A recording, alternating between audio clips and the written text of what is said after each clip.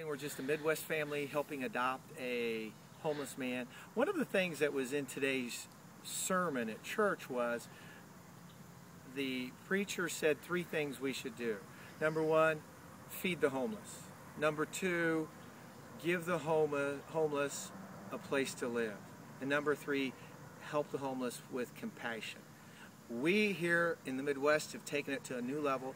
We've adopted a homeless man, and a gentleman who had been down some bad roads. He was drinking in the mornings all the time. He didn't have any stable work. He had actually lost his wife in a car accident, and ever since then, I think he's been downhill. I think in everybody's life, you have a time in your life where you actually have a tipping point. And the tipping point is whatever happens to you is the path you go down. And this young man's had an unbelievable hard path. He doesn't drive, and someone stole his car, his vehicle. And when we found him here several years ago, we tried to give him work just so he could have some money. But it just seemed like it would never work because he was always taking the money and using it to buy alcohol or something, and he could never get ahead. So here, this past 6 months, we've adopted him, brought him into our family, we feed him. He's been living in our tree house. What we did this past summer, we raised enough money for him, and he was able to raise enough money for himself too, and we bought him a 1971 Holiday Rambler, and he's going to live in that this winter, and we're helping him trying to fix it up and get it going. And boys, what do you guys think? Cody?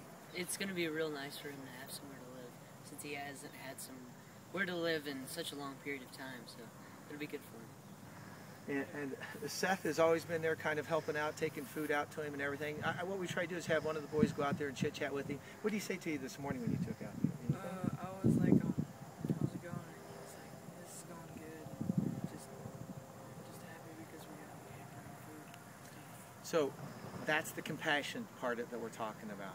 These guys don't trust anybody. I can tell you that. They're always thinking somebody's trying to take advantage of them. So when we've adopted them here in our family, our main goal is to show him love, respect, honesty. Both these young men, Cody's an Eagle Boy Scout, and Seth is working on his Eagle Scout. With everything they've kind of learned through the Boy Scouts of America, is kind of what they're trying to pass on through helping out a young man like this, that we saw that there was a really big need out there. Okay, so what we do is we take out food to him pretty much every meal, and we're just a Midwest family here that's adopted this homeless guy. He had no place to go, and we live out in the country, and we were pretty fortunate to be able to do this, and the boys all have agreed to try and help him out. So we're going to take you out there, kind of follow you through the process of where you do. He's got a cup of coffee and a bagel.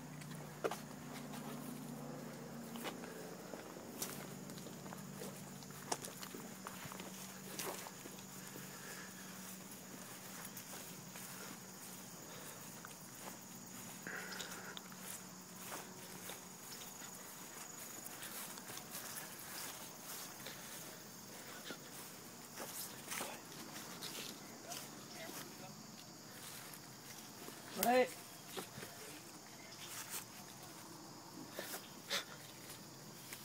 What house?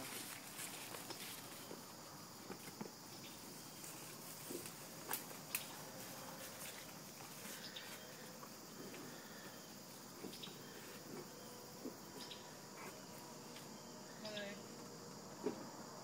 How's it going? It's fine?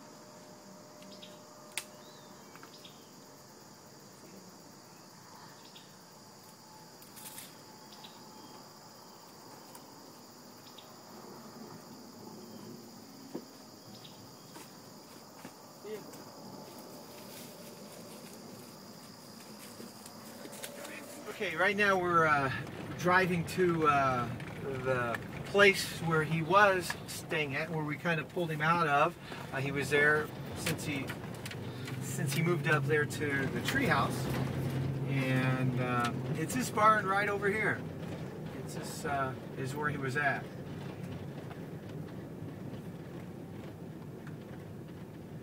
And we'll show you kind of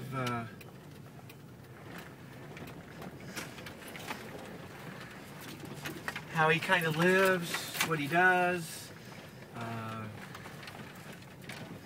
And the wonderful thing is about this young man is he has a lot of wonderful skills that he's acquired over his life.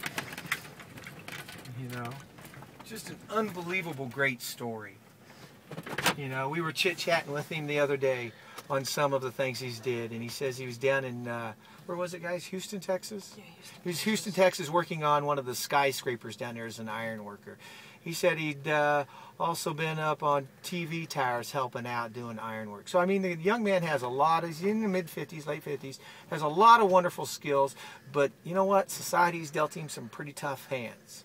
You know, lost his wife, lost his vehicle, and you know, and today and where we are in our economy, if we don't help out people like this, there's going to be more and more of them, and they just fall farther and farther through the cracks. You know, we can help out people all over the world, but you know what? There's a lot of people in our backyard that we can help out. And we're taking it to a completely new level of actually helping people in our backyard that have nowhere else to go.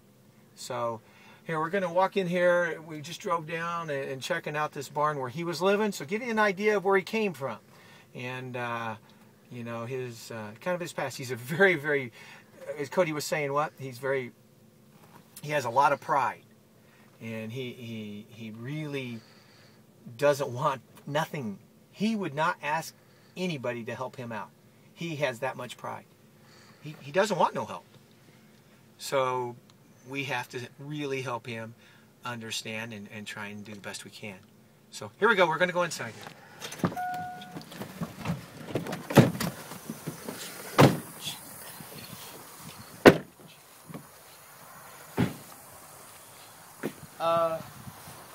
This is where he was living here not too long ago. We're going to kind of follow you in here. Here, boys, we're going to go in here, turn on the lights over here on the pole.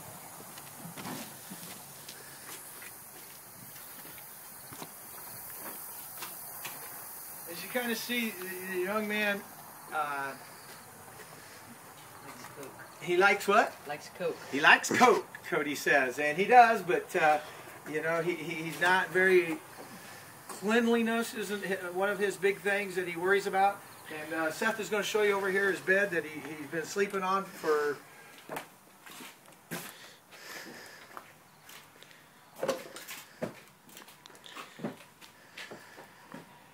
you know, so this is where we kind of found him.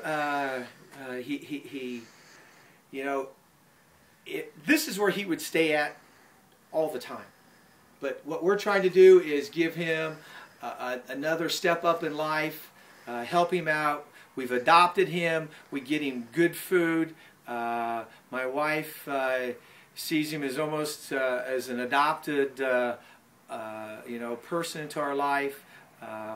And one of the things is, as it was said in our sermon this morning at church, feed the homeless, find home for the homeless, and be compassionate. And that's all we're trying to do in this age in our society when it's extremely tough out there in the economy. So kind of got an idea of where he's at, what we're taking him out of, and